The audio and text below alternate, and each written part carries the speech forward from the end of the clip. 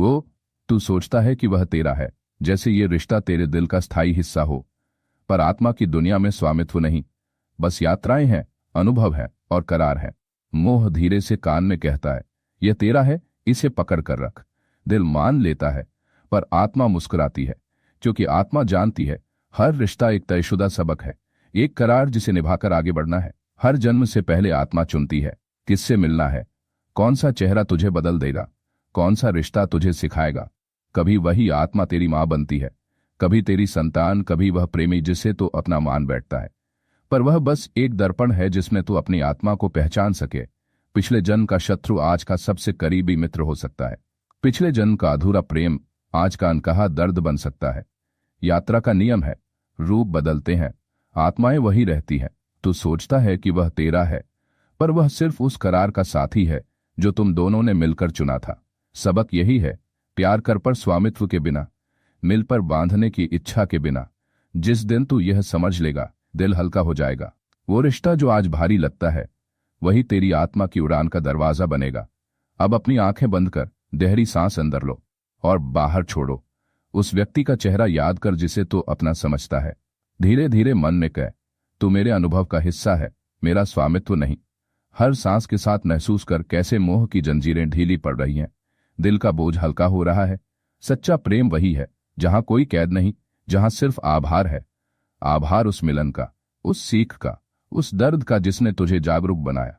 यही प्रेम आत्मा को स्वतंत्र करता है। अब समझ कि वो कभी तेरा था ही नहीं और न तू कभी उसका। तुम दोनों बस उस करार को निभाने आए थे जो कई जन्मों से अधूरा था। अब इस अनुभव के लिए आभार व्यक्त कर और उसे मुक्त कर दे। याद रख, हर आत्मा अपनी यात्रा पर है, हर विदाई एक नए मिलन की तैयारी है। पकड़ को छोड़, प्रेम को जी और अपनी आत्मा को उड़ने दे। ठीक है, आपने पिछले जन्मों की यात्रा का स्वाद चखा। अब हम उस गहराई में उतरेंगे जहां आत्मा अपने करार के संकेत भेजती है। ये संकेत हमारे आसपास हर समय मौजूद रहते हैं, बस हमें देखना सीखना होता। हर रिश्ता एक शिक्षक है। कभी कोई हमें बिना शर्त प्रेम करना सिखाता है, तो कोई क्रोध और क्षमा की सीख देता है। ध्यान दीजिए, जिस व्यक्ति से आप सबसे ज्यादा आकर्षित होते हैं या सबसे ज्यादा टकराते हैं, वही आपके करार का सबसे बड़ा संकेत है।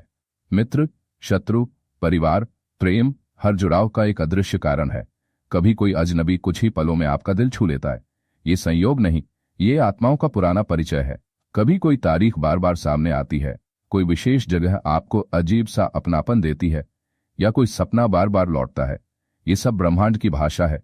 ये याद दिलाती है कि आपकी आत्मा अपने करार की दिशा में आगे बढ़ रही है।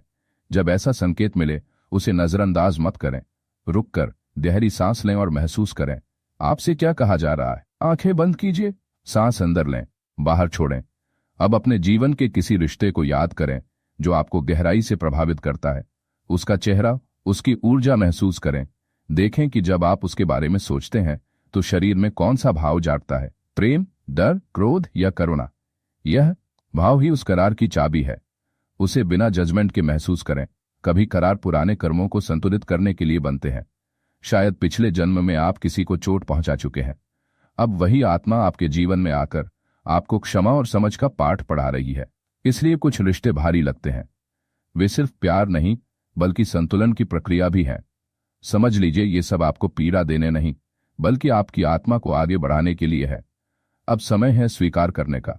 जो लोग आपके जीवन में हैं, वे आपकी आत्मा की कहानी का हिस्सा है। ध्यान से सुनिए। क्या कोई रिश्ता आपको कुछ सिखाने की कोशिश कर रहा है? क्या कोई दर्द आपको अपने भीतर झांकने के लिए मजबूर कर रहा है? ये सब करार के संकेत है। जितना जल्दी आप इन्हें पहचान लेंगे, उतनी जल्दी आत्मा की यात्रा सरल होगी। आपने अपने रिश्तों और अनुभवों के गहरे संदेशों को देखना शुरू कर दिया है। अगले घंटे में हम जानेंगे कैसे आत्मा इन करारों की परीक्षा लेती है, कैसे दर्द और मोह को साधन बनाती है। याद रखें, हर संकेत आपको अपने असली स्वरूप के करीब ले जा रहा।